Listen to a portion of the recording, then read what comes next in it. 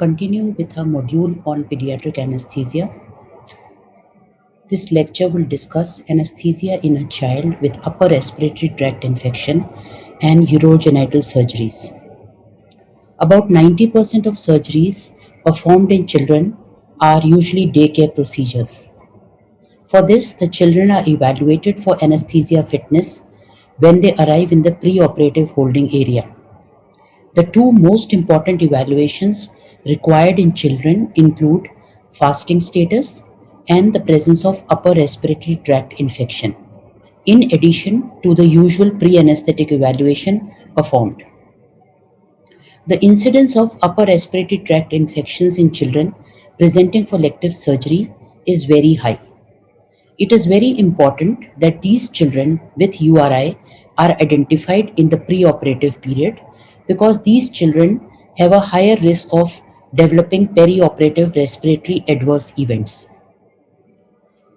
Many authors have confirmed that that children are very prone to develop upper respiratory tract infection. Tay et al. Found that respiratory events were the most common critical incidents in healthy patients of ASA 1 and 2 scheduled for elective surgery. Mallory et al. Found that children with upper respiratory tract infections and undergoing pediatric procedural sedation are more likely to have adverse events when you compare them to children who do not have any URI. You can encounter a case of a child of 1 year scheduled for herniatomy as daycare procedure who presents with mucopurulent secretions, productive cough, fever of more than 38 degrees centigrade, lethargy, and signs of pulmonary involvement. Or you can be having a child of 6 months presenting from brachial cyst excision who has a history of cough but it is non-productive. He does not have any fever or nasal discharge and his chest is clear. Or it can be a 4-year-old boy presenting for orchipexy who has a clear runny nose. However, the parents deny that the child has a cold, stating that he's always like this. Children experience about 6 to 8 URIs per year and 95% of these are of viral etiology. They are usually caused by rhinovirus in 30 to 40% of the cases. Other viruses which can contribute are coronavirus, respiratory syncytial virus, and the parainfluenza virus. Now, most of these viral illnesses are self-limiting. However, they produce hyperreactivity which persists for several weeks. Now, this airway hyperreactivity makes the children increasingly sensitive to the secretions and exposure to dry anesthetic gases. The disease also causes the release of inflammatory mediators like bradykinin, prostaglandin, histamine, and interleukins, which have been thought to produce bronchoconstriction. Now, children of URI undergoing general anesthesia are at an increased risk to develop laryngospasm, bronchospasm, coughing, breath holding, and arterial oxygen desaturation. Therefore, identification of the risk factors for perioperative respiratory adverse events is very important. Many authors have tried to identify the risk factors which are likely to increase the incidence of perioperative adverse events. Parnes et al. Identified method of airway management, parents' assessment of the child having a cold on the day of surgery, child having nasal congestion, snoring child, and those who are passive smokers, use of induction agents, the type of induction agents, the presence of productive sputum, and whether reversal agent has been used as some of the predictors of anesthetic adverse events. Tate et al., in addition to the risk factors identified, other risk factors like copious secretions, history of prematurity, history of reactive airway disease, and surgery involving the airway as additional risk factors for these adverse events. Now, the risk factors for PRICE can be divided into child-specific factors, which include age below 6 years, having signs of URI, and those suffering from pulmonary or infectious diseases, parents confirming the presence of the child's symptoms, and a passive smoke exposure are some of the child specific factors responsible. Now, instrumental manipulation of the airway, whether by a laryngoscopy or a bronchoscopy, the airway management, what type has been used, whether it is a tube or an LMA, the use of anesthetic agents, as well as experience and specialization of the anesthesiologist are some of the anesthesia specific factors. The airway, ENT, eye surgery, upper abdominal and cardiac surgery are surgical specific factors at risk for respiratory adverse events. The advantage of identifying these risk factors in the preoperative period helps in the conduct of safe anesthesia, reducing the severity of these events as well as reducing the morbidity and mortality. In addition, it avoids blanket cancellation of the cases. When you are preoperatively assessing a child for daycare surgery, you are supposed to take a detailed history and also examine the child for the presence of fever, productive cough, wheeze, dyspnea, nasal congestion, and lethargy.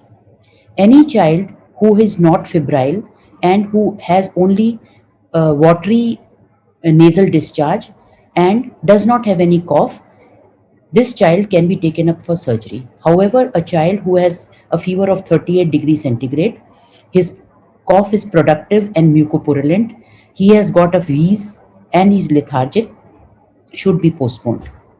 The lungs should be auscultated for the presence of any additional sounds, and X-ray of the chest should be performed if there is any suspicion of lower respiratory tract infection. The investigations are of no use in the management of a child with upper respiratory tract infection because the nasopharyngeal swabs or aspirates for isolating the virus have very limited sensitivity. In addition, the WBC count may not be raised.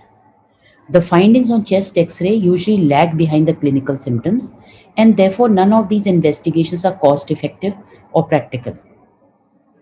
Now, if the child has developed a upper respiratory tract infection, then one should know that for how long this surgery should not be done and when the surgery should be rescheduled.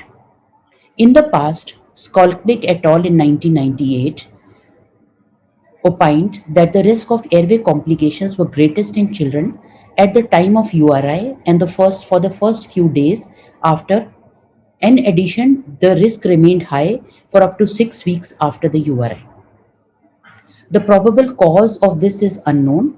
However, it is thought that morphological damage to the respiratory epithelium and the mucosa by the virus sensitizes the airway to potentially irritant anesthetic gases as well as secretions, leading to activation of irritant receptors and smooth muscle contraction. Now, Sternberg et al. Found that children who have an infection at present and who have an infection at less than 2 weeks are most likely to have respiratory adverse events with an incidence of 25% and 29%. However, children whose URI was present about 2 to 4 weeks prior to surgery are unlikely to have respiratory adverse events and having an incidence of only 8%. Therefore, the consensus at present is that it is no longer mandatory to postpone surgery for a period of 6 weeks, and 2 weeks of postponement is good enough. Now, the aims of anesthetic management include options to reduce the secretions. Now, this is because the secretions have been thought to be one of the risk factors for upper respiratory adverse events. One should avoid the stimulation of the sensitive airway, and suctioning of the airway should be done after adequate depth of anesthesia has been achieved to upturn the airway reflexes. The child should be well hydrated. His airway gases should be humidified so that there is no drying and inspiration of the secretions, as well as the administration of dry anesthetic and carrier gases also do not increase the problem. Now, pre-medication with anticholinergics, lignocaine or bronchodilators have been suggested as ways to prevent the development of respiratory adverse events by reducing the secretions with anticholinergics and by obtunding the vaguely mediated bronchoconstriction. Tate et al. Found that glycopyrrolate did not reduce the incidence of perioperative adverse events in children with upper respiratory tract infections. The events were similar for a group with given no pre-medication with glycopyrrolate compared to the one given glycopyrrolate. Sternberg et al. In an observational study found that children who have been administered salbutamol as a pre-medicant compared to children who are not given any salbutamol had a higher incidence of laryngospasm, bronchospasm, and coughing. Now, Senikov et al. Found that after the administration of intravenous lidocaine in a dose of 1.5 milligram per kilogram, 2 minutes prior to the extubation, the risk of laryngospasm was much lower compared to the group which was not given lignocaine. Also, Britta et al. Found that if you spray the vocal cords, then also the incidence of bronchospasm and laryngospasm are much lower. Now, the induction and the maintenance of anesthesia is likely to affect the development of adverse events. Now, the type of induction also affects the risk. Propofol produces a rapid onset, smooth induction and emergence, is less likely to cause PONV, and its bronchodilator effect is likely to lessen the risk of adverse events. It has been said that IV induction with propofol versus inhalational induction with sevoflurane, both of them produce a lower incidence of PRAS. However, the incidence of cough is much more with propofol. Now, if you compare sevoflurane and propofol, you will see that the incidence of bronchospasm is similar with both the drugs. However, the risk of laryngospasm is much lower with the propofol if you maintain anesthesia by the administration of propofol in boluses or by infusion. When you compare the three inhalational anesthetic agents, desflurane is associated with the highest risk of broncho and laryngospasm when compared to the other two. The airway management will depend on the type and the duration of surgery as well as the potential for aspiration. The endotracheal tube has the highest risk of causing airway morbidity and should preferably be avoided. Face mask may be preferred in children with URI. However, it may not be appropriate for longer surgical procedures. Supraglottic airway devices have been said to cause less adverse events by some of the authors. However, Baudet et al. Found that when you are using an LMA when compared to a tracheal tube, the incidence of respiratory adverse events was similar in both the groups. Also, Britta et al.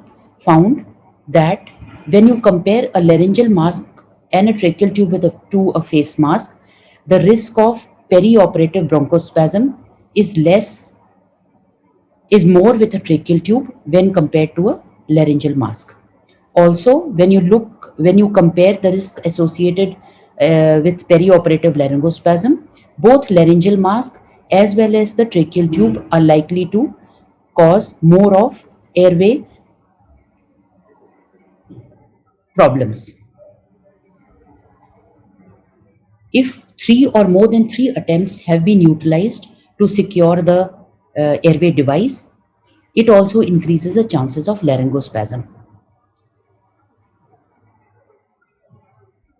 When you look at the type of anesthetic agent used, you will see that desflurane is likely to increase the risk of laryngospasm compared to a no desflurane in both with the laryngeal mask airway as well as a tracheal tube. In addition, the risk of the tracheal tube is much more even if no desflurane has been utilized. Now, when you are introducing airway, then the risk of airway events is higher. However, the removal of the airway device also carries a very high risk of airway problems.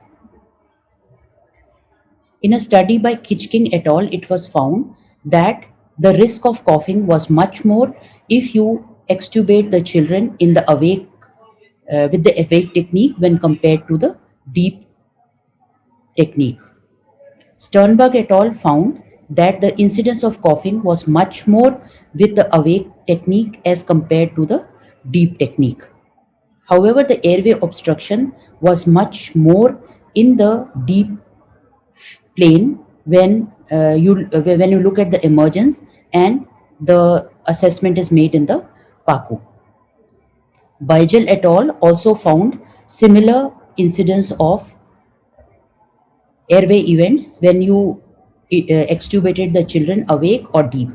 Therefore, it is recommended that children can be extubated both awake as well as in the deep plane of anesthesia with similar chances of airway events. However, one should monitor these children very closely in the post-operative period. Now, the experience of an anesthesiologist is very important in the development of airway events and in the particularly the development of laryngospasm. Inexperienced anesthesiologists are more likely to have uh, adverse events when compared to an experienced anesthetist, as seen by both these authors. Now, Becke et al. Has said that child presenting with a cold should be pre-operatively assessed for the history and the presence of comorbidity. You should physically examine the child, look at the vital signs, and then make an assessment whether the child has a mild cold, moderate cold, or a severe cold. Then you should see the risk-benefit ratio. If the number of risk factors for children is much more, then you should postpone the surgery. However, if the benefit overweighs the risk in the form of a surgery like ENT surgery, which is strongly indicated, like adenoids or tonsil, or the team of anesthetists is expert in managing the cases and parents are compliant, then you should go ahead with the surgery. It is how do you prevent the respiratory adverse events? So in summary, you can say that first you detect the children who are at risk of developing these adverse events, avoid the use of ETT and use LMA wherever possible, provide adequate anesthetic depth so that there is no stimulation of the airway. You should avoid airway manipulation at emergence of anesthesia. You should use recruitment maneuvers for extubation and extubate the trachea either under deep or after complete emergence of the child. Now, what is laryngospasm? It is a laryngeal or respiratory reflex to excitatory stimuli with a prolonged closure of the vocal cords or vocal cords as well as the false cord. It is a protective reflex which can become life-threatening under anesthesia because it leads to profound hypoxemia. The highest incidence of laryngospasm is found in infants, in children with URI, children undergoing airway surgery, and those anesthetized by inexperienced anesthesiologists. The treatment of laryngospasm includes provision of 100% oxygen. In the initial part, you should use airway opening maneuvers like jaw thrust and CPAP. You should deepen the sedation or anesthesia by using propofol in low doses. And only in those cases where there is persistent laryngospasm should a neuromuscular blocker like succinylcholine be used. Bronchospasm is characterized by expiratory wheezing, prolonged expiration, and or increased pressure during IPPV or decreased tidal volume during pressure controlled ventilation. It is usually triggered by airway irritation. Its rapid recognition and treatment is very important and includes provision of 100% oxygen, ceasing the stimulation, deepening the anesthesia, and administering bronchodilators, adrenaline, or salbutamol. Therefore, it is very important for us to understand that children with URTI carry an increased risk for perioperative respiratory adverse events. Decision to proceed with or cancel surgery remains difficult. Literature suggests 2 weeks waiting for surgery is sufficient. In identification of risk factors for these events is very important. The anesthesia plan is based on clinical judgment for an individual patient, and the aim should be to provide safe anesthesia without morbidity. Now we will discuss anesthesia for urovaginital surgeries. The commonly performed daycare surgeries in children undergoing urogenital surgery is hernia, orchipexy, circumcision, and hypospadiasis repair. Now, since these procedures are performed on a daycare basis, it is very important that the children should be awake at the end of anesthesia and they should be fit to be discharged home. Therefore, the anesthesia should be planned accordingly, keeping these factors in mind. When you are pre-anesthetically evaluating these children, you should try to assess the age of the child, whether the child is term or preterm. This is important because a post-conceptual age of less than 60 weeks carries a high risk for postoperative apnea. Now, these children should not undergo a daycare procedure but should be admitted and monitored in the ward. The child's fasting status has to be checked, and one should follow the 6-4-2 rule. The clear fluids are allowed up to 2 hours prior to surgery. We should exclude the presence of URTI. You should also assess whether the child has any medical problems and the status, whether it is controlled or not. The child can be pre-medicated with oral midazolam in a dose of 0.5 milligram per kilogram 20 minutes prior to induction. This will allow easy parental separation and also reduce the anxiety. The child is usually induced with graded increasing concentration of sevoflurane, and this is assisted with monitoring with ECG, NIBP, and SpO2, which is established immediately. And later on, you can increase your monitoring to temperature monitoring and monitoring of MAC. After a sufficient anesthetic depth has been achieved, IV access is secured. The patient is given fentanyl in a dose of 1 to 1 microgram per kilogram. And after a MAC of 3 has been achieved, preferably a second generation supraglottic airway device is introduced. Anesthesia is maintained with oxygen nitrous oxide or air with isoflurane or sevoflurane maintenance.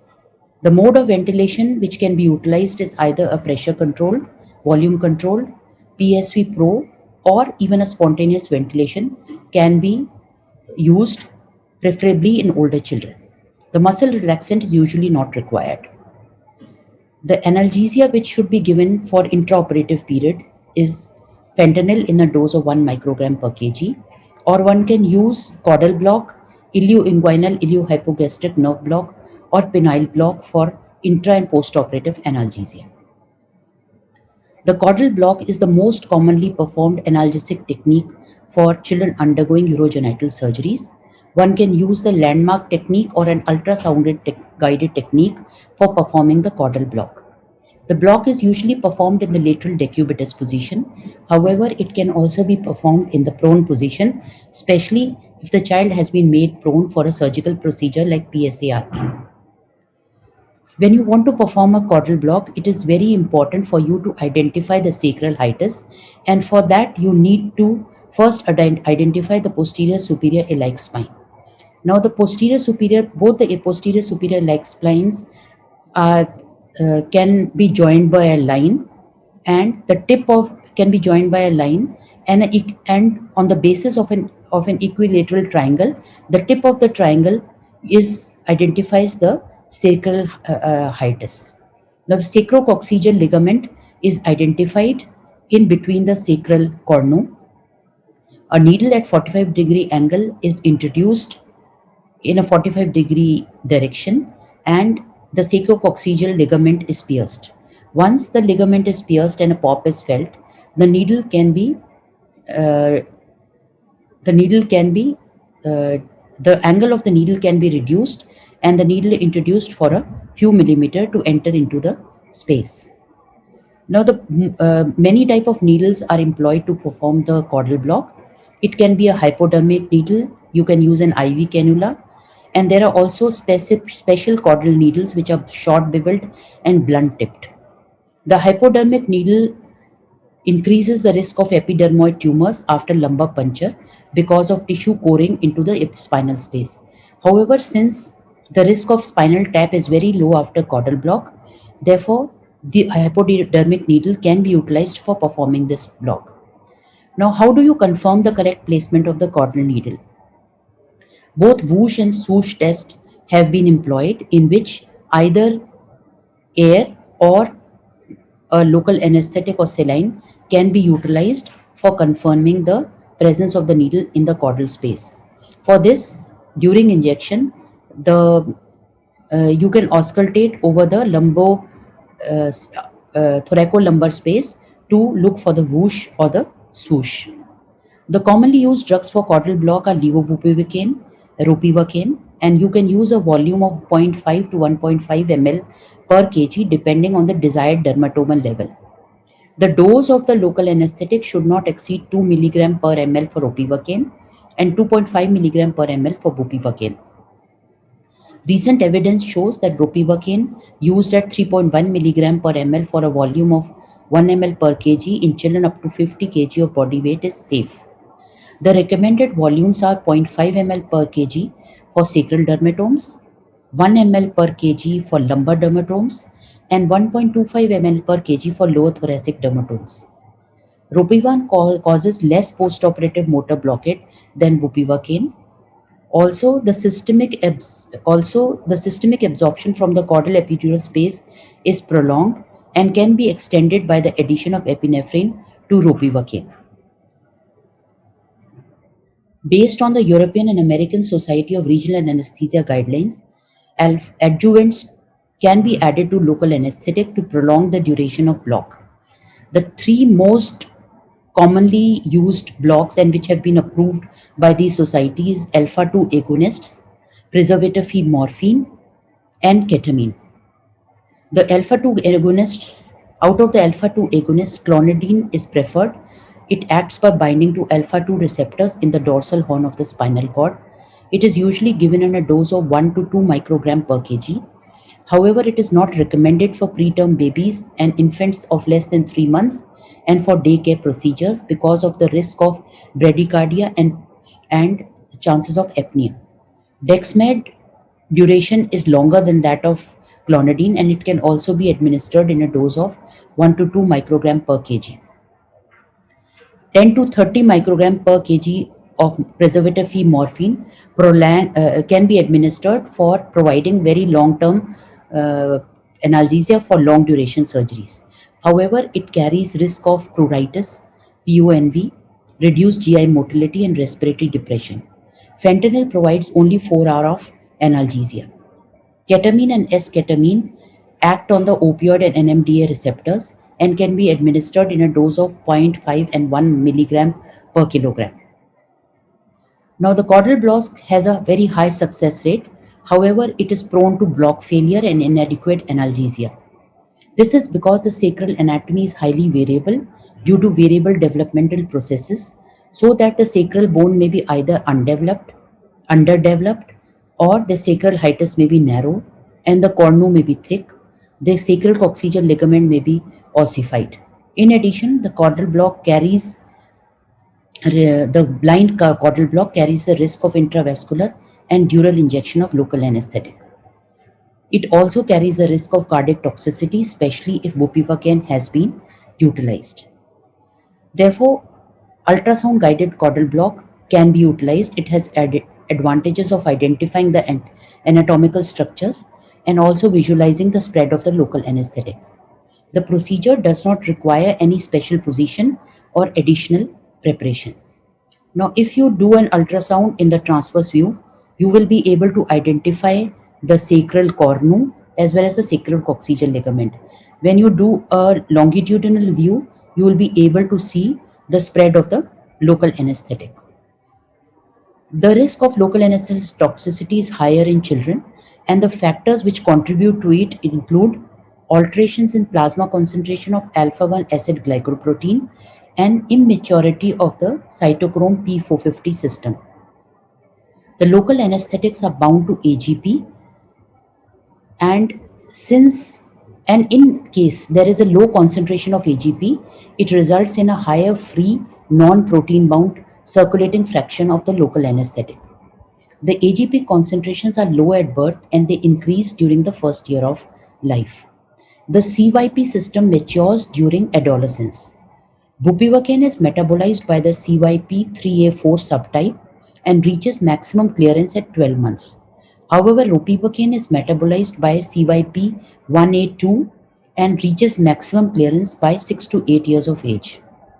However, a greater volume of distribution in children mitigates the risk of toxicity.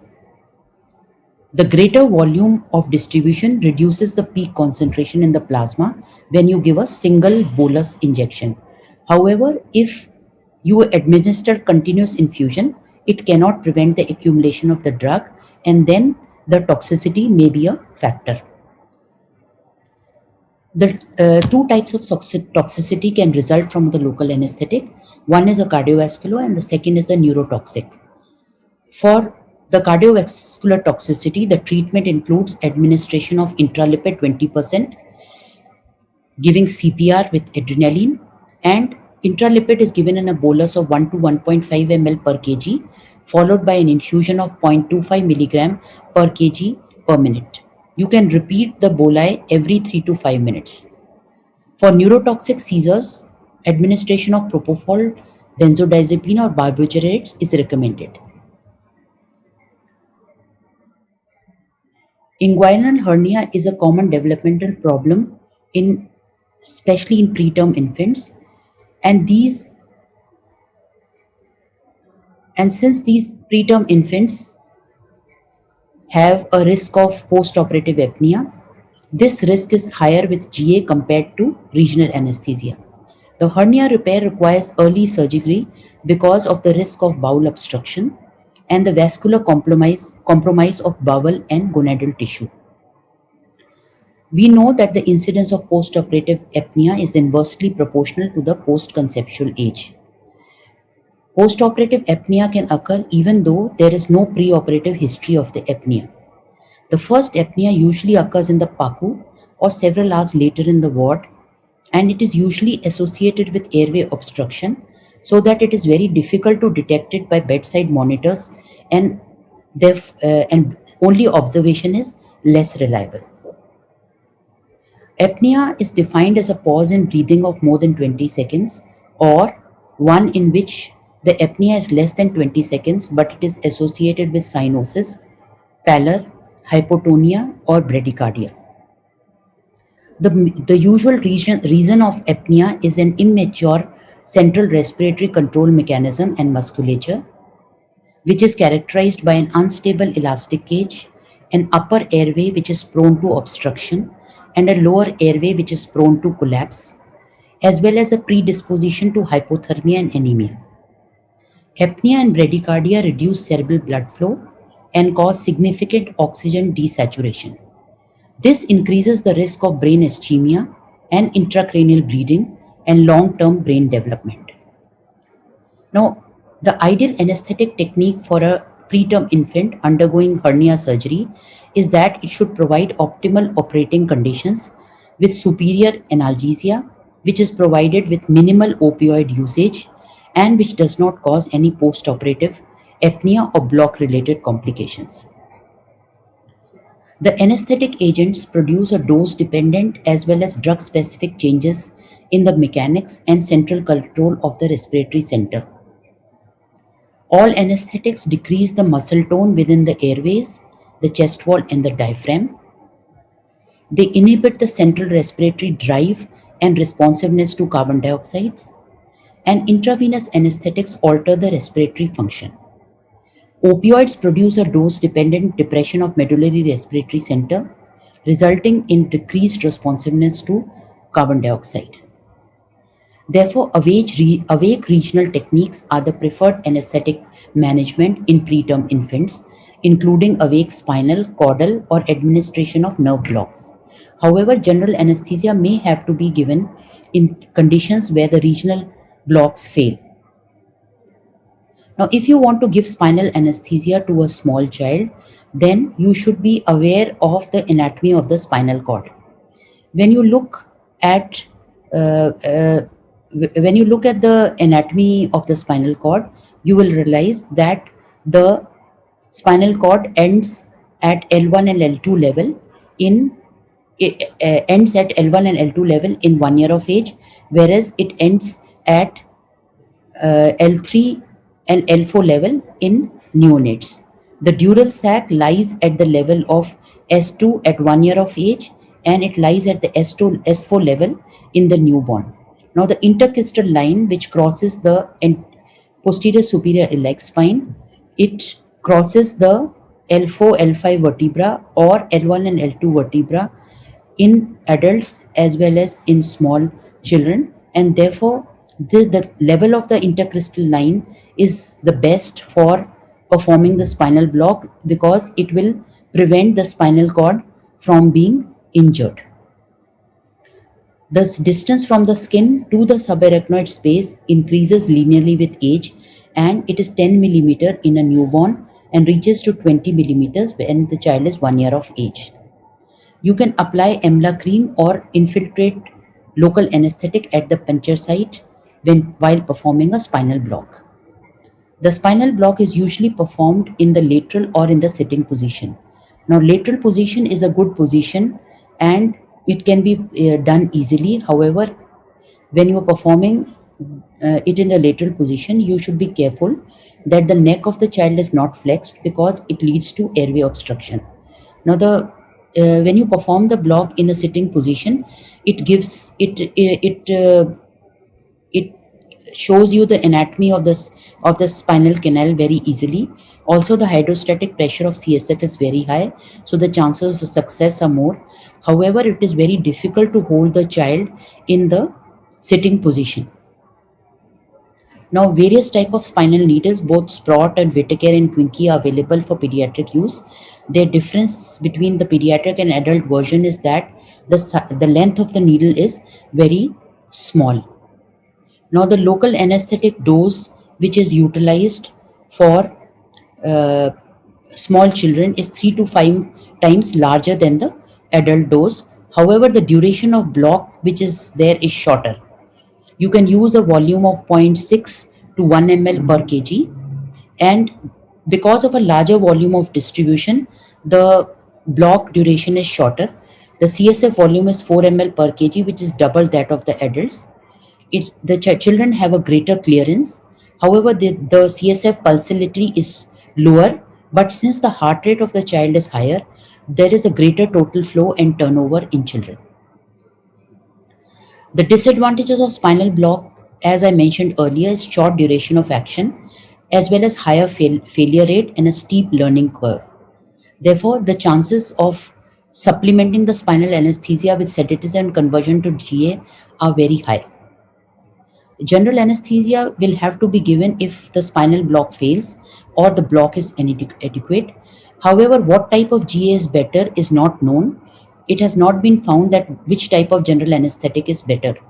However, because the child is preterm, an endotracheal anesthesia with short-acting agents is preferred based on the neonatal respiratory physiology. Therefore, postoperative apnea is a risk irrespective of the anesthetic technique. Preterm infants require close monitoring during and after exposure to anesthesia. Awake regional techniques carry the lowest risk of complications and are preferred. However, the regional techniques require practice in a small infant. Thank you very much.